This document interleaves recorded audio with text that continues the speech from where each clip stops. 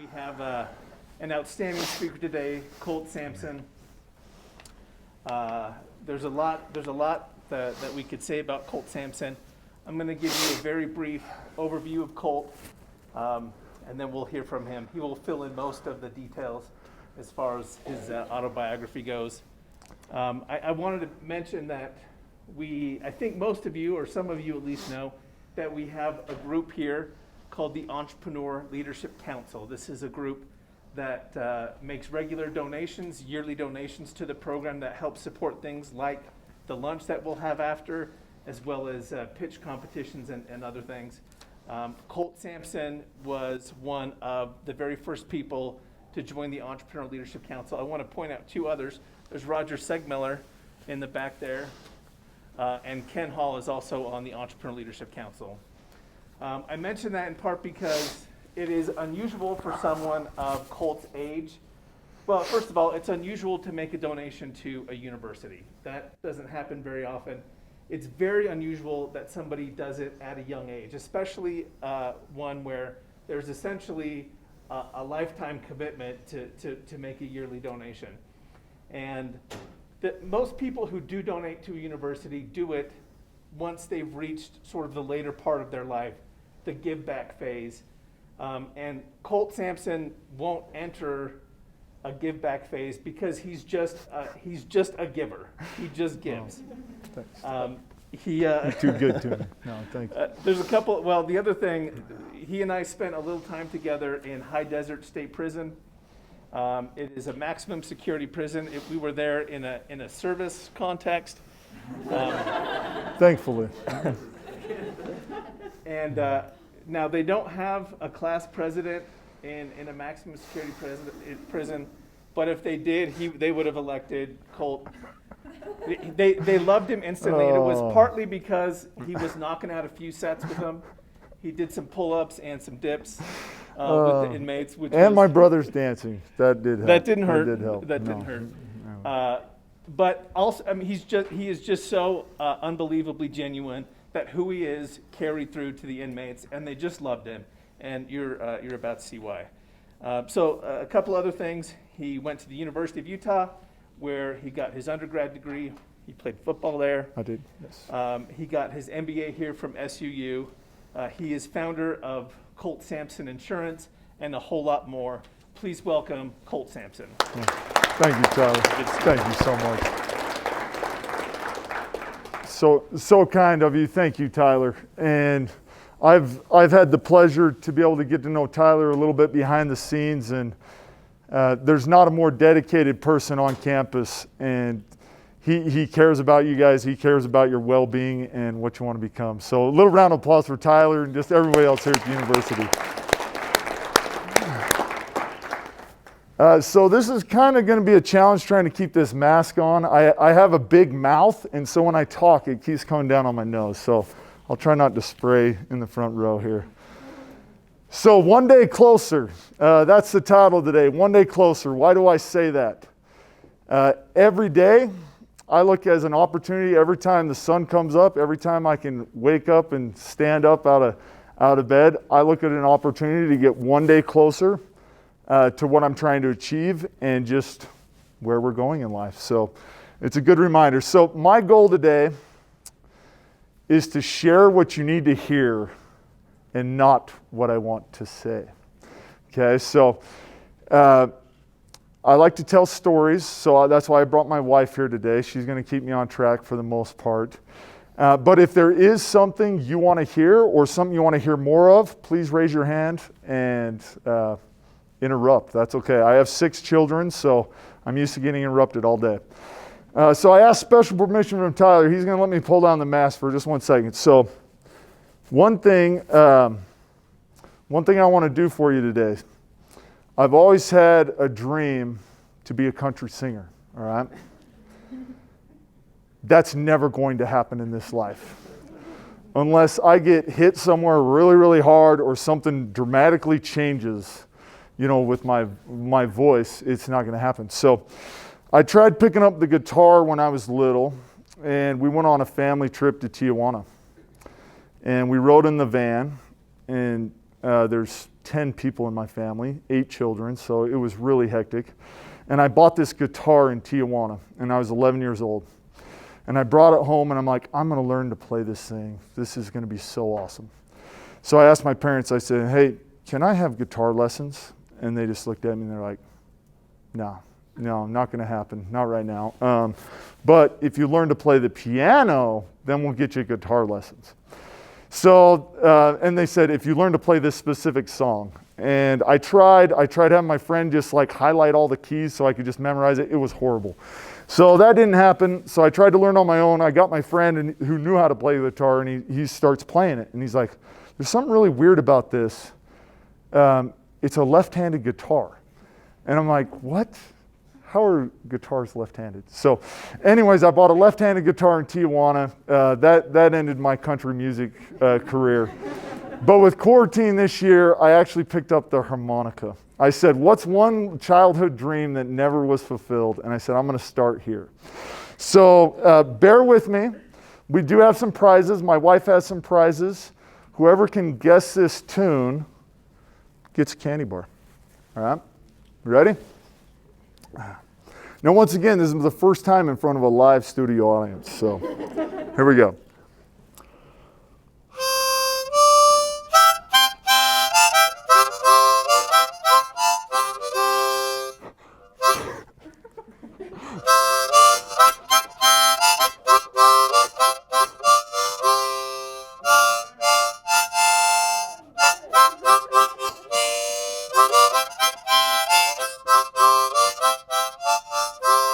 All right, yeah, give him one. Nice job. I know it took you a while to get because I wasn't hitting all the notes there. Nerve-wracking. I don't know how singers do it, it's me, or musicians. Yeah, we're going to do just one more. So this one's dedicated to my wife today, so here you go. Well, hold on. Reverse that.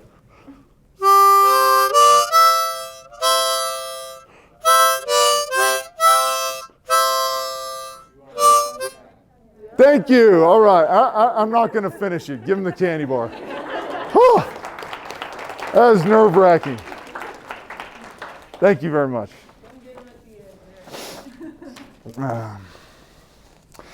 Okay, so today, in sharing what I want you to hear, or what you want to hear, not what I want to say, I'm going to try and stick to some key topics. So I don't like talking about myself. It's embarrassing for me. I don't like to brag. I like to do things and just let those actions speak for themselves. So it's very hard for me to relate back to my life. But I am going to be a little selfish today and really try to share the things that have made me me and that have built my life to what it is now. So with this, a mentor quote for you.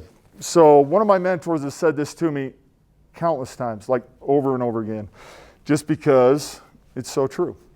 A foolish man doesn't learn from his mistakes. A smart man learns from his own mistakes.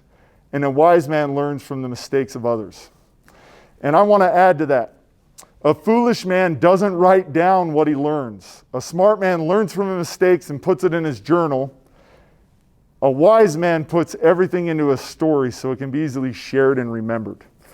And so remember that as you're writing your story. Some of you may have a great story already. Some of you are maybe looking to have that story. You're at such a critical point in your life. So many people would want to trade places with you and want to be you. Even when you don't feel like being you anymore, remember that. Remember there are so many people that would trade places. And I remember my coaches saying that in football and just over and over again, just in sports. Like the coaches, oh, I'd trade places with you in a second. I'm like, yeah, right, coach, this is our third practice of the day. I got 2 jam fingers. I can barely feel my back right now. And you're telling me you want to trade me places? Yeah, right. But it's true because you have this window of opportunity where you literally can chase any dream you want to have, and you have very, very little. Some of you may carry a lot of responsibility, but you have very, very little responsibility when it comes to outside your own personal self. So, cherish every day. So one thing that Coach Meyer always taught us when we were playing football, and one thing he did repeatedly, he did this thing called the circle drill. And what it is, you take the whole team, the entire team, 100 players on the roster. You rally up in a giant circle, and then you bring it in really, really close. And then Coach Meyer would call out 2 players, and he would call you by name, and then he would say, "Who is," and then he would say your name. Who is Colt Sampson? Who is Sione Puha? Who is Alex Smith? Who is Eric Whittle?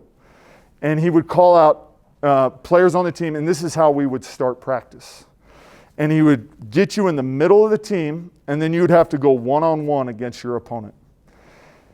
And there was no twisting or turning. It was whoever could drive each other out of the circle, and that was the goal.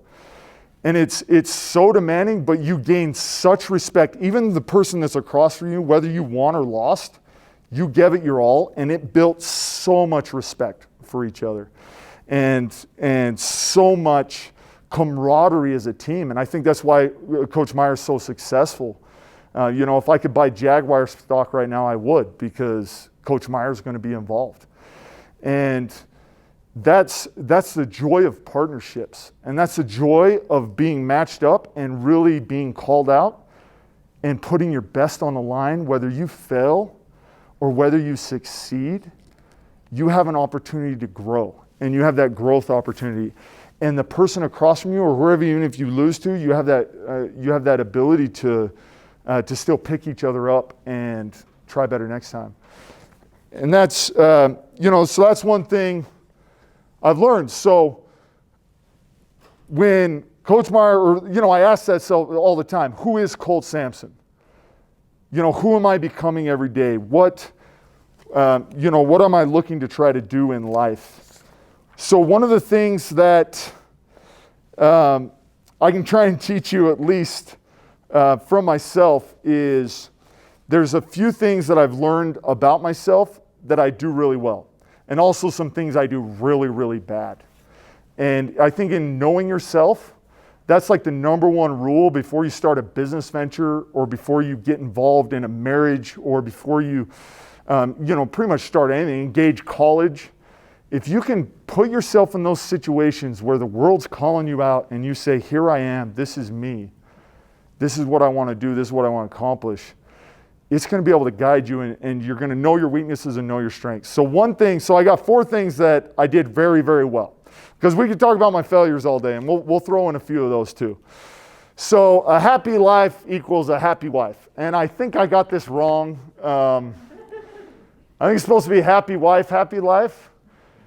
Either way, I'm in no condition or position to give marriage advice. But I can say that is one thing I've done very, very well in my life, is I was able to marry well. And I think I shared this last time I was down here for the entrepreneurship pitch competition. But if you're a 6, they say to be a 10 to get a 10. No, that is a fable. That's not true. If you're like a 6 and you can win over like a 14 or like a 16, and they can loan you a few points along the way, and then you equal out to 10, now you're doing it. Now you're doing it right. So all you guys out there, remember that. Remember that. If you're a 6, still go for the 10, or go for the 15, 16 type person. So that's a joy that we've had. So we have 6 kids, beautiful children. They're our world. They're my wife's world. And everything we do is because of them. When we were younger, everything you do is because of yourself, and you want to do all these things. But as you bring these wonderful, special people into the world, it really shifts, and your priorities shift along the way. So marry well. One little other tip. When you're getting married, before you get married, play the Would You Rather game with your fiance, and put all these funny questions in the form of Would You Rathers, because then it's not awkward, but you can find out a lot about each other. So another thing that I was able to do very well. I went 1, 2 forward. Hold on. We're not talking about Scout yet. So another thing I was able to do very well is sports and athletics. And that opened up many, many windows. And I think I love the world of entrepreneurship so much because it reminds me what it's like to just start out on a team and start fresh in some kind of endeavor and have to make your way. And without sports and having that, I'm like, okay, what else challenges me? But I'm not a natural entrepreneur at all. That's one thing I've had to learn over time. I'm more of like a campaigner with entrepreneurship ideas. So I know some really amazing entrepreneurs, and I love being friends with them. And I just love being around them because their mind works different than mine. So that's helped as far as like a campaigner. I think that's part of the reason I was able to start an insurance agency, because once I learned, and I'm still figuring out what I want to do in life, you know, that's been kind of one of my curses. So I just try a lot of things. But starting an insurance agency, after learning that process and getting exposed to what that takes, it just came natural to me. I could go into a community, I could host an event. So we rented out the movie theater for Christmas for the entire town for the entire day. And it was like a week or two before Christmas, and the whole town would come. We'd have almost 6,000 people come out to the movie theater in one day. The movie theater would be trashed. They thought it was such a great idea until we actually did it. And then the movie theater's like, oh my gosh, our movie theater's really trashed right now. But it brought so much joy and friendship, but it wasn't about insurance. It was about creating an experience for people and letting them have a good time and showing that, hey, you care about their well-being long before you ever even, wanted to quote their insurance. And so that's one thing that's helped me in life. And one thing we did is we launched a board game on Kickstarter, and that was a lot of campaigning. And we designed a family game. It took us about 8 months to do. All our children were involved. Everybody was involved, and we launched a Kickstarter and did a family game. It ended up getting a lot of notice. Hasbro called us to do a possible licensing agreement. We got to go to all these cool places, New York Toy Fair. It even landed us on a reality show, which I'll talk about in a little bit more after this. So another thing, hold on, we're not to Sky yet, I'm so sorry. Another thing I've been able to do in my life is endure mass amounts of pain and failure. And I don't say that to brag, but looking back through my life, it's almost like a half tragedy, half success story, kind of all mingled into one. I don't know how else to explain it. And so, some of my failures I've endured, not striving to play professional sports when I had a chance, not understanding what a channel was or an element of scalability before I started my first business. I knew nothing about business. I just knew I could talk to people. And then another failure, not always being truthful in my younger life when truth was all that mattered. And so if I can tell you something right now, be honest with yourself and be honest with all those around you, and your life will just turn into this beautiful thing. So business ventures in 2020. Okay, you want to hear a list of failures. So in 2020, I put on my little goal sheet. You get out the goal sheet and you're like, I'm going to do this year. And I'm going to try and do this, And my goal was to start another business venture. And so I tried 7 different ventures. Every one of them did not work out. So some of these, and I don't know if this is quite a business venture. I was going to try and publish a book, and the timing wasn't right, so that didn't happen.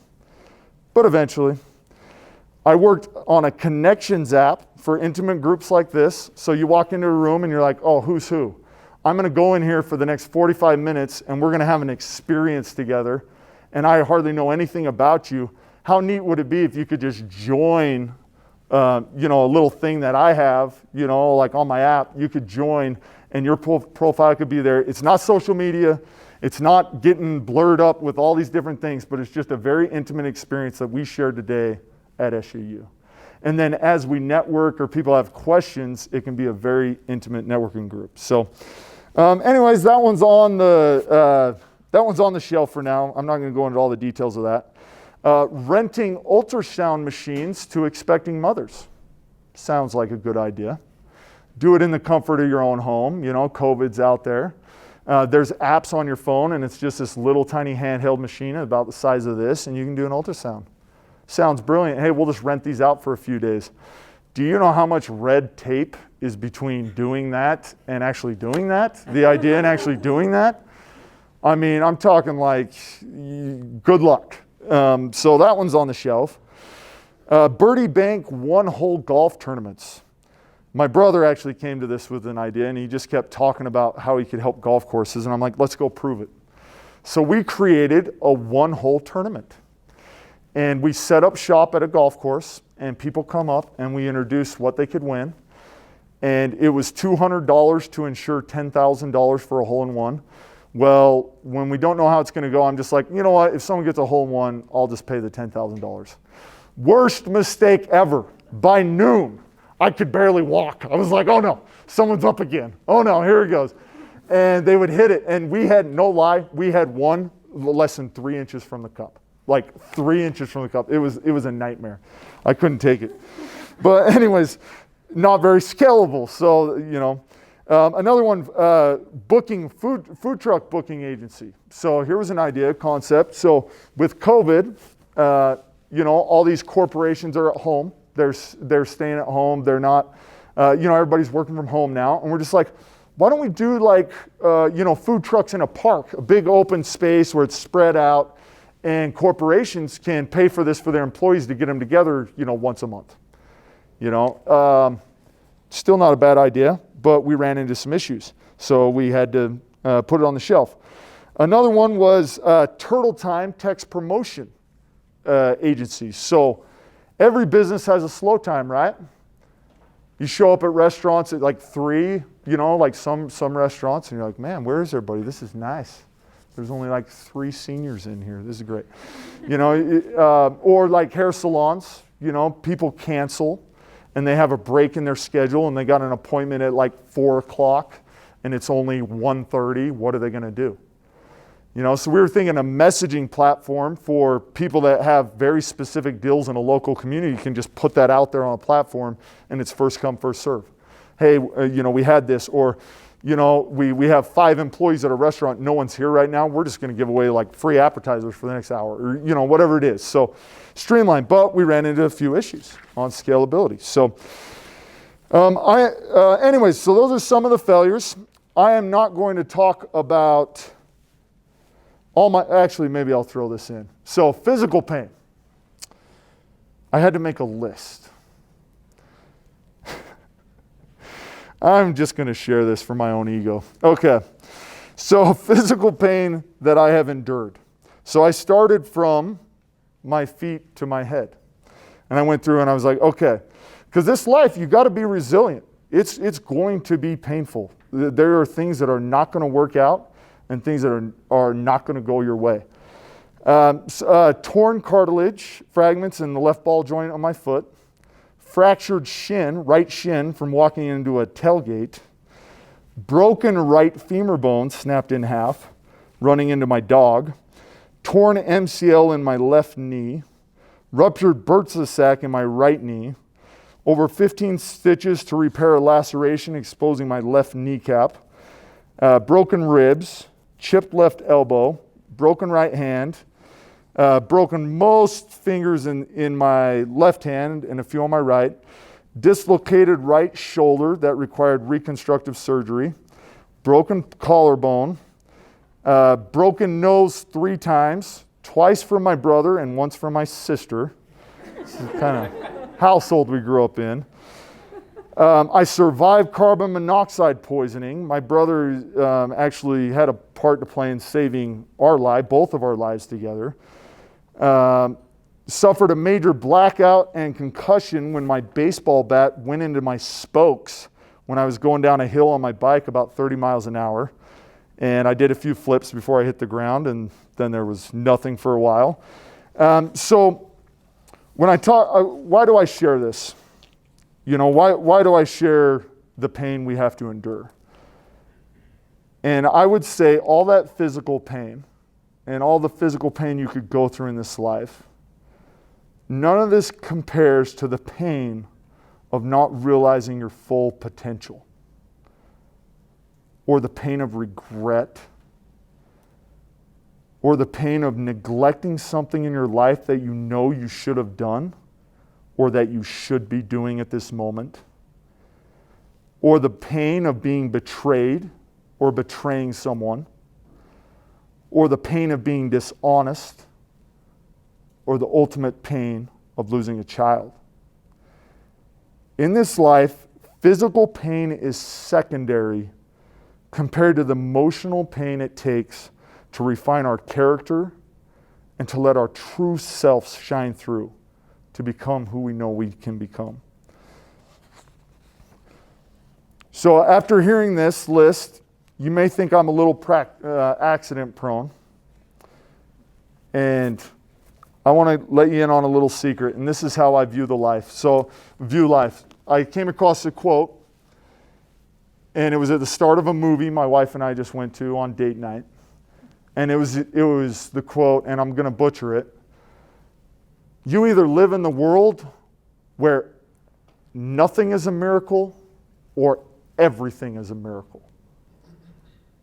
Like really, when you think about it, the fact we're here and we talk, life is such an incredible experience. And I think that's a good way of looking at it. Like, life's a miracle. And so I take the approach that there are no accidents. There are no coincidences.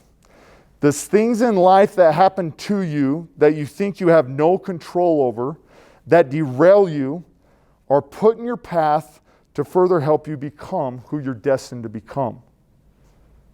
There's good in even tragedy. And that's the joy of your agency. You get to see that joy. It may not feel like it at the time, or see those hidden blessings in tragedy. If you think your destiny is something of chance, think again. If you believe in chance and luck and coincidence, chances are you have room to believe in a power and purpose greater than yourself. There we go. Been waiting to do that. Is it by chance we named our oldest daughter Sky? She's one of the tallest in her grade. She was born weeks premature with a birth defect. She was born at just over 5 pounds. Some of her intestines were born outside her body, developed outside her body. Most infants born with this condition spend months in the NICU. She made it out in less than 3 weeks. She's always inspired me to look to the sky for help in raising her. Coincidence? Is it by chance we named our oldest boy Colt Sampson II? Now that's embarrassing. I did not name him this. My wife did. I was for Nolan, Nolan Ryan, the baseball player. No.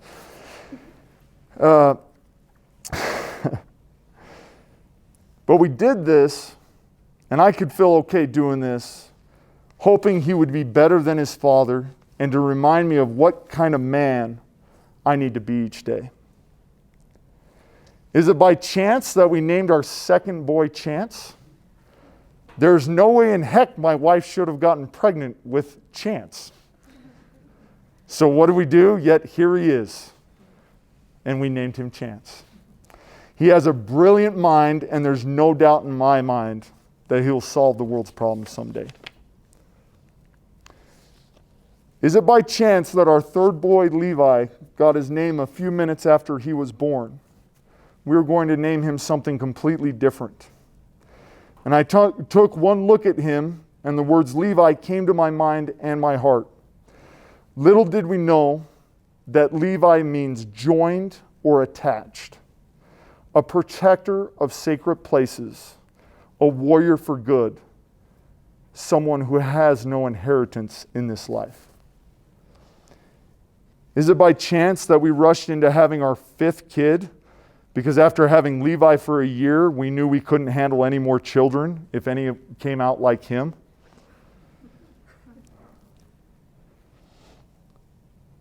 Faith was born 18 months after our third boy, Levi. So we named her Faith, because it was a leap of faith to have her. Little did we know what the future would hold in the following year. The timing of Levi's death was no coincidence. The weekend before he passed away, we shipped the final orders of our Kickstarter board game we'd been working on for over 8 months. The Monday before his accident,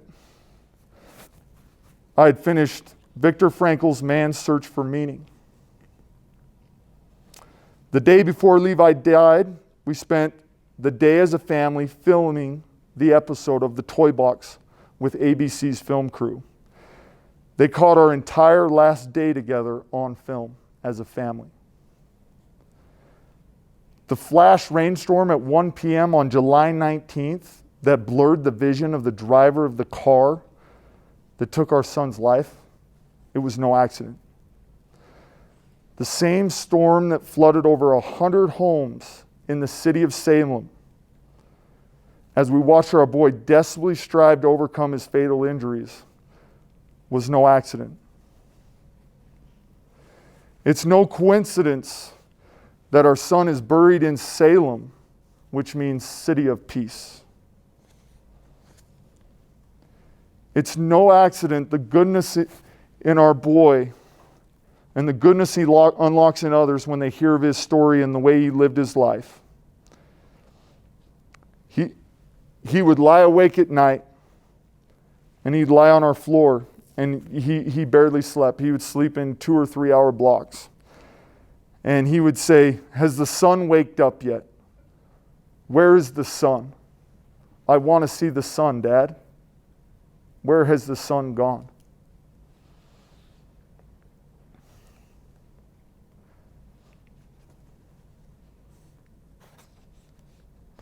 He wanted to run bare-chested. Excuse me, one too many.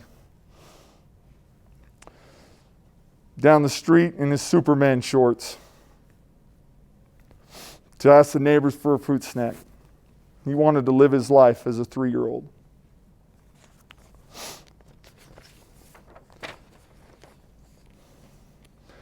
Is it no coincidence the course corrections my son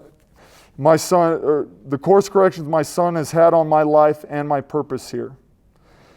When my son passed away, it derailed me. It derailed all of us. The beautiful, perfect life my wife and I were striving to build was shattered. No amount of campaigning could bring him back. Nothing I could directly control could solve my problem. I had to surrender my will, and in return I received the will power to rebuild our life.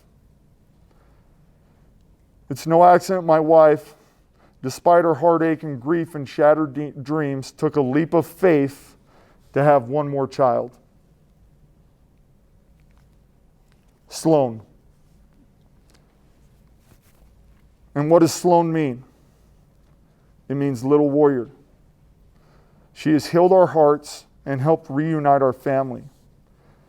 She's our swing back. She's our stand up. She's our you won't break us. While we were in the emergency room, moments after our son passed away, a grief counselor came in to see us while we were still holding our son in our arms. And I know she meant well. One of the only things I remember of what she told us is most couples divorce or split ways or separate after losing a child. It's actually around 70% or higher. And that struck a chord in me so deeply at that time. That was the world saying, who is Colt Sampson? Who is CeCe Sampson? Who is Levi? Who's inside of you that's going to keep going? And you can choose two things in that moment. You can choose love or you can choose hatred. There's no other option. It's that simple. as we walked out of the emergency room, after saying goodbye to our boy, and they took us to this other room, we could hear some sobbing across the room from us. We thought we recognized the voice. We peeked into the curtain, and it was our dear neighbor.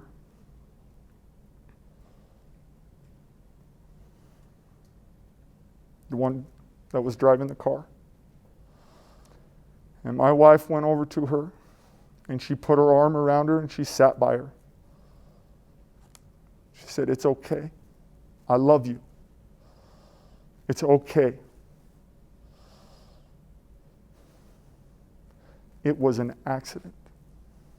It's okay."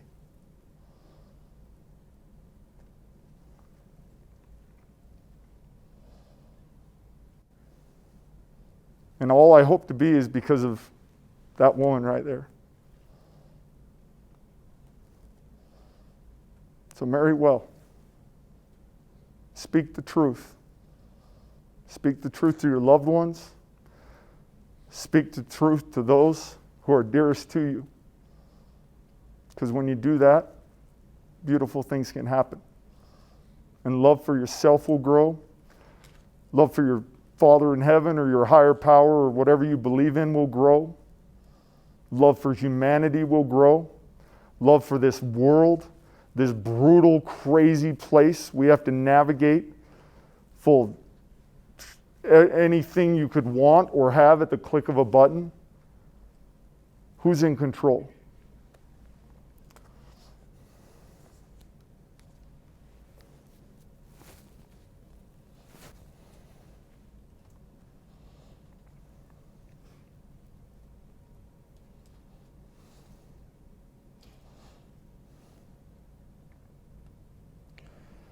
So yeah, Sloan, she look like a healer to you?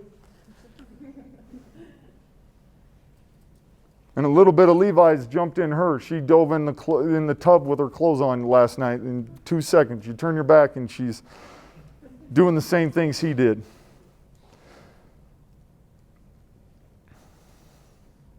It's no accident, and please forgive me on this part, it's no accident when we found out we were having a girl instead of a boy.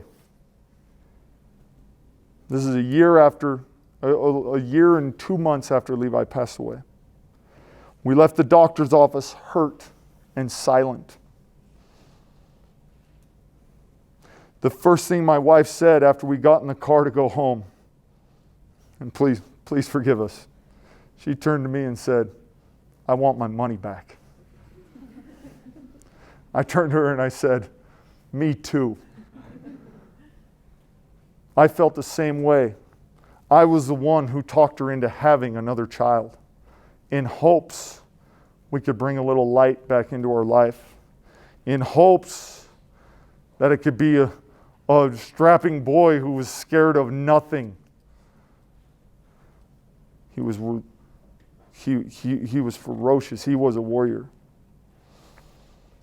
So what will we do with the time that is allotted to us? What will we say when the sun wakes up?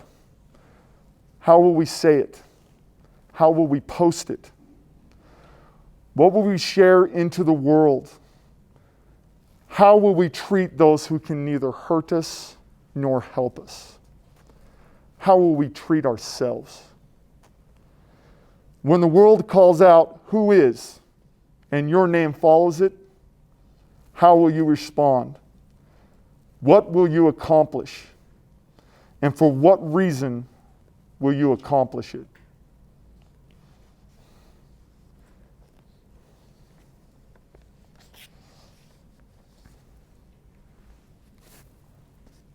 All right, we're supposed to go into question and answer period. And I think that's a good place to stop.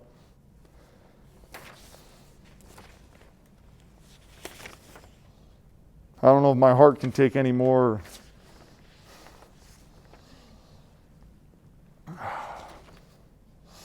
I do want to share one more thing in finding your life purpose. Because that's what it's about, you know. I'll let you in another little secret for you. You have a purpose here. In a world where there's no accidents and no coincidences, and fate isn't just a thing they have in Hollywood or in storybooks, you each have a purpose. And it's the things that happen to you that you cannot control, are the things, or you think you can't control, are the things that show you your purpose the most. So don't shy away from them. Embrace life for the good, the bad, and the beautiful thing it is. So, I don't know where I came across this. It ended up being on a sticky note on my computer. And the year or two after our son passed away was a very dark, crazy time. And somehow I had this quote up. And this is what I want to pass on to you guys. A questioning tool to help you find your purpose. The sticky note to prosperity and abundance. That's what I call it. If you do not work on an important problem, it's unlikely you'll do important work. If you want to do great work, you clearly must work on important problems, and you should have an idea. And I'm going to change that. Cross that out. You will have an idea. You will. If you start there. It's going to take a while. For all you impatient, I'm the most impatient person in the room. Ask my wife. The most impatient person in the room. Every day living with me is like a roller coaster. Because I come out guns blazing, 3:30, 4 a.m. Let's go. And I think I'm going to do it in a day. I'm going to build Rome in a day, you know. And it's not, but I can try, you know. Laying those bricks one brick at a time. And by the end of the day, I'm just like, oh man, this is all going downhill, you know. But that's me. And that's why I married well. Someone to balance you out.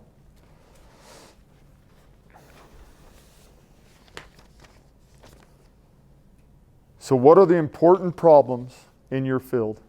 In your field of study, in your personal life, in your professional life, in your social life? There's problems everywhere. They're regenerative.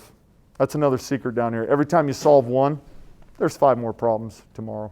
There always will be. It's life. How much pain and suffering do you have to go through to get there?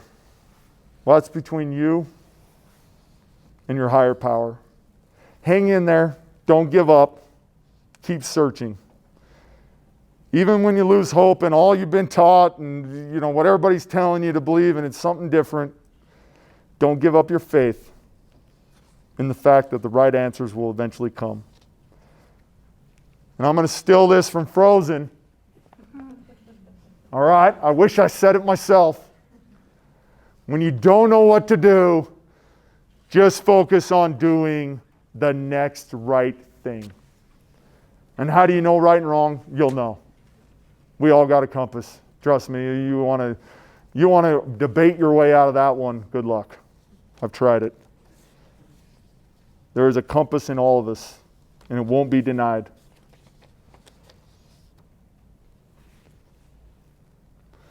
So my purpose from this point forward in my life is to unlock the goodness in others. What's my mission in my professional life? Found a company that fulfills such a need in society that it has no choice but to scale globally. That's why I killed 7 ideas last year, because they're not the one. How many do I have to go through to get there? What do I have to do to get there? How much pain do I have to go through? And I put in a little thing, despite how long my hair gets. So I had a little prayer. I prayed. I'll share a little of this with you. I don't know if you believe in prayer or not.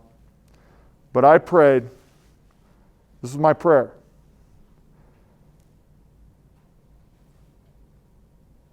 Can I please come across an idea, a concept, or a problem that exists in the world that no one's taken on yet or done it very well?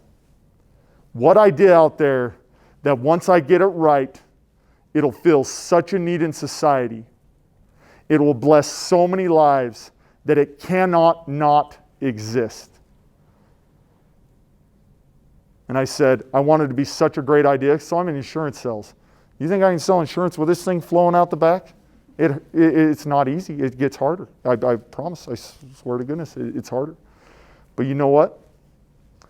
I want an idea that good that it doesn't matter what my hair looks like. It will still exist. So forgive me. My cover up in the real world is I'm doing this for lots of love.